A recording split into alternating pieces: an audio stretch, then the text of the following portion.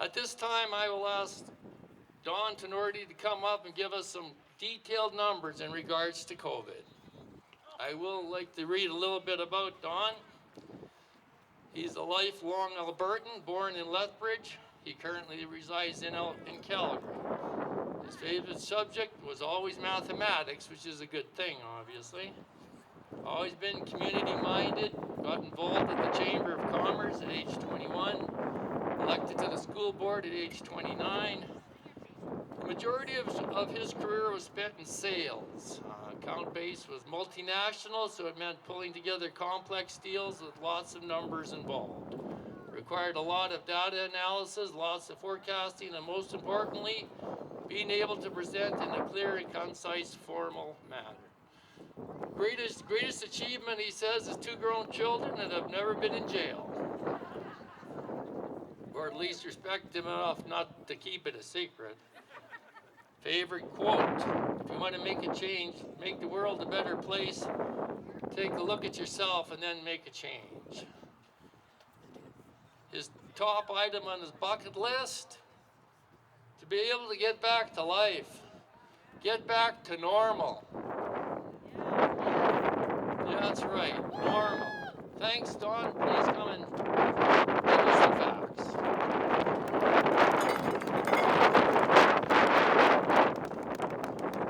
First off, I just wanted to say thanks for the invite. I'm going to have to toss out everything that he talked about numbers, so thanks for coming. So when I did this in Didsbury, it was much colder. So I'm thankful for that. I'll put up with the wind as compared to the chilliness. And just before we get into some numbers, so I'm going to kind of read the same front part that I did in Didsbury, but I heard an interesting statistic this week. Each and every day, there's between 600 and 800 new pieces of information being published daily on COVID. So since Didsbury, that means there's been 11,000 more articles written on this topic. So it's no wonder why there's mass confusion in the public because of the amount of data that's being put out. So I'm going to read 2 statements, and I want you to think about these 2 statements. They both say exactly the same thing. In my opinion, one of them is a very positive message, and one of them it's not so positive. And you get to decide which message you actually believe. So statement number 1. Alberta has had almost 131,000 people infected.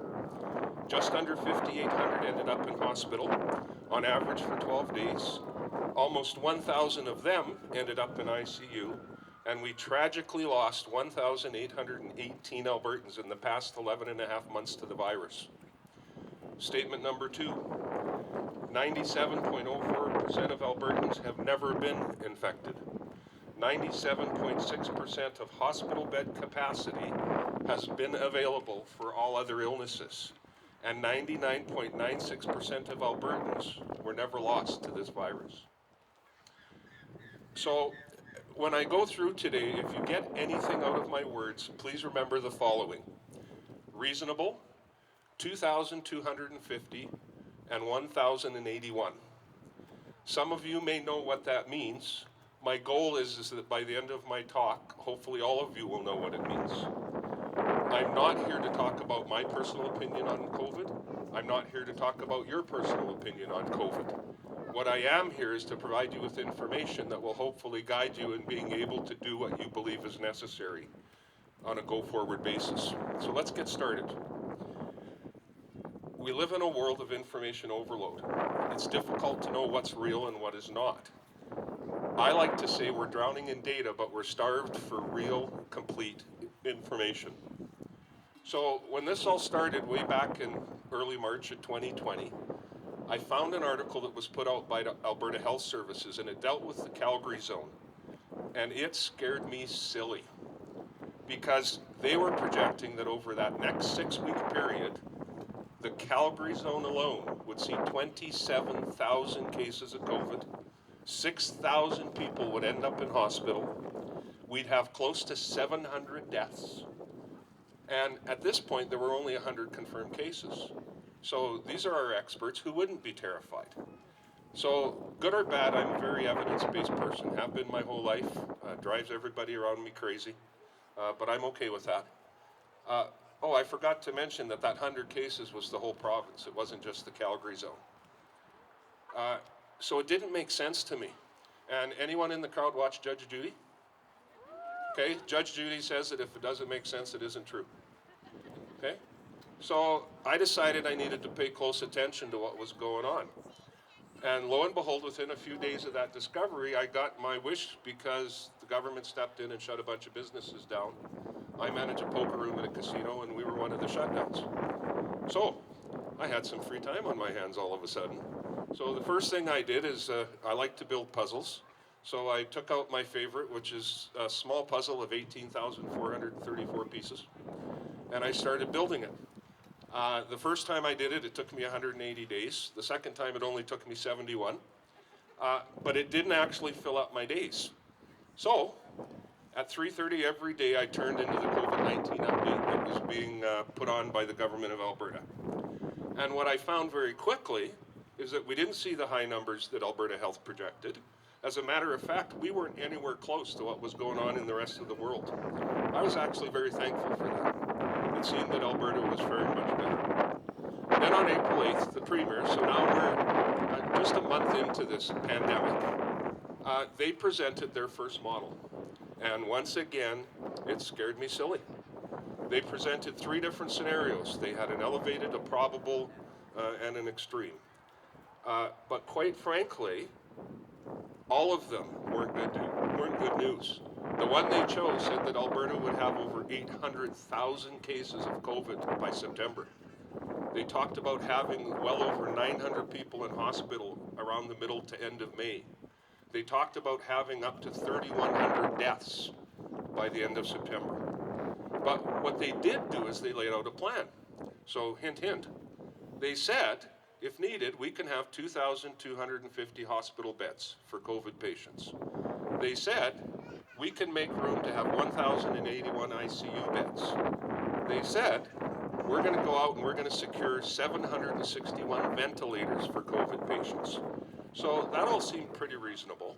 And I could sleep at night because I knew regardless of what happened, people in Alberta would be taken care of. We had the healthcare capacity, and we would see our way through. So the end of April came. They did a new update because we blew the numbers off the charts in a good way. We were nowhere near what they said was going to happen. So that was all a good thing. They were projecting by the end of April we'd be at 3,500 cases per day. We were at 220. They said we'd have 400 in hospital. We only had 115 of that 2,250. So it had been now 6 weeks. So Don the optimist said, all right, we're going to get to reopen real quick. No, not. Sorry. They then introduced a 3-phase plan in which they said, here's what has to happen in order for us to get back to normal. As a side note, I'm still waiting to get to phase 3. Okay, we have never ever got to phase 3 of that original plan. So it was at this point I decided I need to start sharing what I have found based upon all of the data that exists. It's all publicly available on the Government of Alberta website, but it's in a format that isn't necessarily easy to read. It depends on what they want to focus in on as to how confusing it is. So I decided that I needed to share it. Actually, what I really wanted to happen is I wanted to be appointed Supreme Commander of the province of Alberta, and I would fix it all within 30 days. I didn't get much traction on that. Even people on my own team thought that I was crazy. But my goal was simple. I just wanted to provide basic information. Information that was easily able to disseminate so that people could make their own minds up. Because the media, quite frankly, seemed really intent on only talking about the negative aspects. Now, part of it is because that's all they were being fed, but they had the opportunity, they had the resources to do the same analysis that I was doing. They chose not to. The problem was most of my information was text-based only. I'd occasionally throw in a chart. They were full of numbers and percentages, and I don't know why this is, but most people don't actually know. People are all crazy. It's the best thing ever. right? So what I was trying to achieve wasn't working, and quite frankly, that was stressing me out. So one of my good friends had found a chart that was being published somewhere. I think it was down in the US. And it was similar to what I started to do. It gave the information in a nice, easy to read format, and I said, yeah, I kind of like that. So, you know, we are now on day 335 of this pandemic or something like that. I think I've had about 1,736 iterations of my chart, and I keep revising it as the information changes. The basic information hasn't changed, but when the government comes up with their latest strategy, I modify my chart to try to accommodate. But here's what you really need to know about the chart if you follow it, if you picked up one of the handouts. Every piece of information in that chart comes from the Government of Alberta website, except one, because I include what's called a serology estimate. Because Dr. Hinshaw on July the 31st made an announcement in which in this province they tested some blood samples for antibodies and found out that they were only finding about 17% of the cases through testing.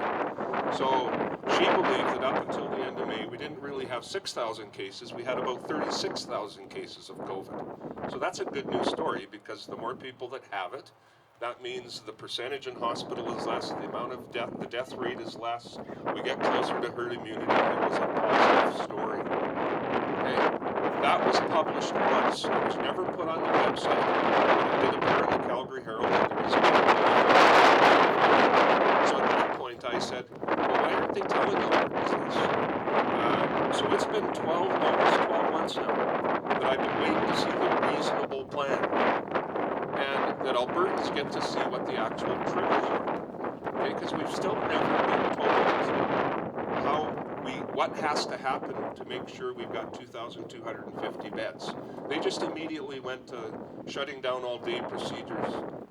They did a bunch of things, and I published a chart on hospital utilization that I'm going to talk to in a little bit. But let's just say in the province of Alberta, the least amount of utilization in this province in the last 6 months, between April and September of 2020. That's the lowest level of utilization our hospital system has seen in 5 years. The path forward came out, and I went, all right, the key metric is hospitalizations. Finally, we're going to see the plan. Not. Instead, we were told leading indicators would be used. Now, if you go to the website and you look up the path forward, nowhere does it tell you what those leading indicators are. So they don't include them in their documentation, they just talk about them. And they are new cases, active cases, positivity rate, and reproduction number. So the key benchmark, which is supposed to be hospitalizations, really isn't a key benchmark. All it is it says when we hit some magical number, 600 to start with, 450 at step 1, 300 at step 2, 150, or 300 at step 3, and 150 at step 4, then the government will consider what they're going to allow us to have. And if in fact something changes, they may not move forward. So we recently went from 950 hospitalizations to under 400 really quick.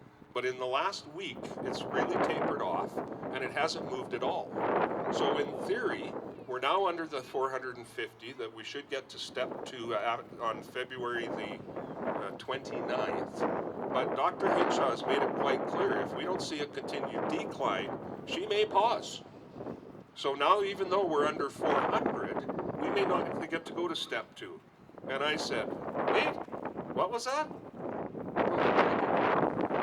So, again, any one of those things not trending downwards could cause the government to stop where we're headed. So let's spend a little bit of time talking about cases. Because for the last 11 and a half months, that's all we've heard about. Cases, cases, cases.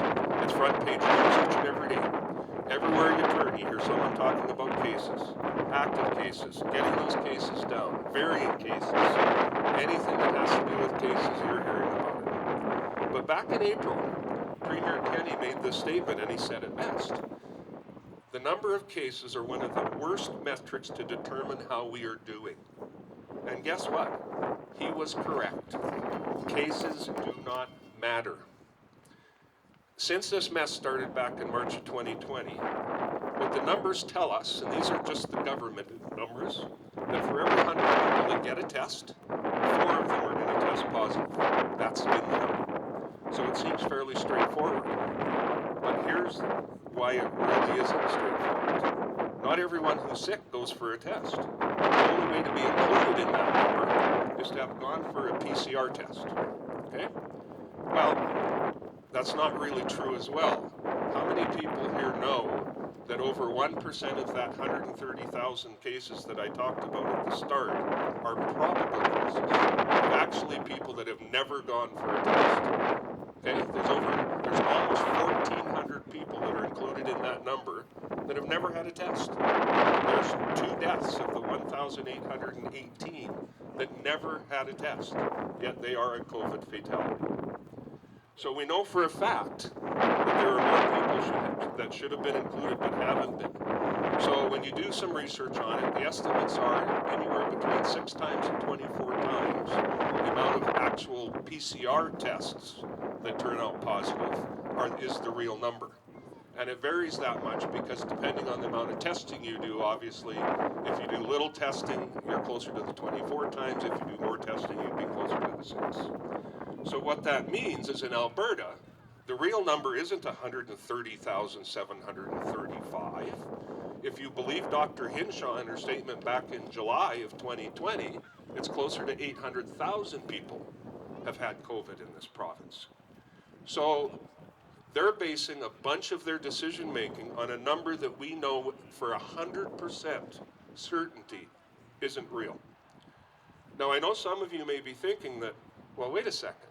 If 6 times or up to 24 times as many people have had it, then what the government is doing is right. Now insert tongue in cheek. Oh, wait, I wasn't supposed to read that part out loud. Let me be clear. It actually does the opposite. It's the best thing that can happen. Because currently, the people that are responsible for managing our health system will tell you that for every 1,000 cases, 45 people end up in hospital. A 4.5% hospitalization rate. But it isn't 4.5% because we've had 8,000 cases with 5,700 people in hospital. So the rate is actually under 1% require hospitalization. So when you're planning your healthcare capacity, a number that's 5 times larger means that you've got to be more cautious. Okay? So you see, cases don't matter. So if cases don't matter, what does? Well, surprisingly, 2,250 and 1,081. And it's like building a jigsaw puzzle. There's a whole lot of pieces and it can be difficult to find the right one to fit what you need. But in Alberta, for the past few months, the talk from the experts has been around protecting the healthcare system. We are at a critical point. Did you notice they don't talk about protecting the vulnerable anymore? They've stopped. Now they don't even mention it. They just go to, we got to protect our healthcare system. And if we don't put restrictions in place, if we relax the restrictions, the system will become untenable. This was being done when we had about 400 people in hospital. That's when the change in the verbiage started. I have to wonder, though, is 400 smaller or bigger than 2,250? So COVID-19 was being touted as the reason why our system was on the verge of collapse. Could that be true? So I investigated because it had to do with numbers. So of the 8 largest hospitals in the province, the average occupancy from 2016 to 2019 was between a low of 94% to a high of 107%. So in the 4 years previous to COVID, the 8 largest hospitals, which make up well in excess of 50% of all hospital beds in this province, were doing 94%. If you average out all of those hospitals, the healthcare system has been over 100% for more than 5 years. It has nothing to do Okay, it has to do with a healthcare system that just isn't working. Well, except for April to September when the hospitalization was down in the 70% range. So there's been low capacity in our system. So again, COVID-19 did not bring the system to a critical point. It was already on life support. So I want to talk just briefly about Canada. I'm almost done. Have I still got time? I'm not going too long? Okay then. So at one point in the past few weeks, every single province has said our healthcare system is in shambles. It's about to fall apart. We need to do something. The federal government yesterday released in the House of Commons their new model. If you take a look at it, for the first 10 pages, they go rah-rah. Cases are down, hospitalizations are down, deaths are down. Oh, but wait a sec, our projection on cases, it's going through the roof. So unless we continue with strict adherence to these restrictions, we're in trouble. Okay, so even though they go rah-rah, they go, no, we were just kidding. But, so every province talked about how much trouble we were in. At that point, remember in 1081, Alberta could have housed every single patient in the country that was in ICU and still had in excess of 200 ICU beds available. So I don't buy that our healthcare system across the country was in trouble. So do we need to be concerned about the path forward? Absolutely. Because step 4 says we need to get to 150 people in hospital. That's a really, really low number. And Dr. Hinshaw constantly tells us not to compare COVID-19 to influenza, that I word, and then she constantly compares COVID to influenza. And now the government has actually posted on their website a nice little chart that compares influenza to COVID. And in that chart, in 2017 and 2018, there were 205 people with influenza in hospital at one time. Think about that for a minute. We're being told that in the world's greatest pandemic, in the last 100 years at least, right, where millions upon millions of people potentially can die, we have to have fewer people in hospital than a regular influenza season. Okay? That's scary on a couple of fronts, because next year, everything goes well. COVID-19 becomes part of the regular healthcare system, so it's never going away. We're not getting rid of it. The best we can do is get it under control, which will happen. When it mutates itself because it's weakening and it needs to reproduce itself in order to stay alive. And every time it mutates, it actually gets a little bit weaker. So it's not going to go away, but I mean, it will probably be one of those things that's like all the other influenzas out there. Right? People will catch it, people won't. But the concern I have is now that every time any in this province, 150 people or more in the hospital, the government says, oh, we need restrictions. We've got to decide who's important and who's not important. And to me, that's a concern. So where does all this go? That's the technical term. Lead us to today. It leads us to 2,250 and 1,081. The government of Alberta made the commitment back in April of 2020 that that's what this province would handle. That's what I expect them to do. I expect them to be accountable for that. I expect them to provide to me what the plan is. What happens when we hit 400 in hospital, or 800 in hospital, or 900 in hospital? I don't want them to reverse engineer a plan in which it isn't even a plan yet, because they haven't told me anything. They just said, we'll kind of think about it maybe, and if, we're having a bad day, we're just not going to move forward. I have no idea what they're up to, but I could, because they actually laid out a number that required some pretty specific things happening, where we might not be able to have any day procedures for a time. But it was because that was actually required. So, once again, we're drowning in bad data, and we're lacking the complete information. So, in closing, I want to leave you with this. Please ensure that 6 feet. Please wash your, no, that isn't it either. Wrong is wrong, regardless if everyone is doing it. Right is right, even if you are the only one doing it.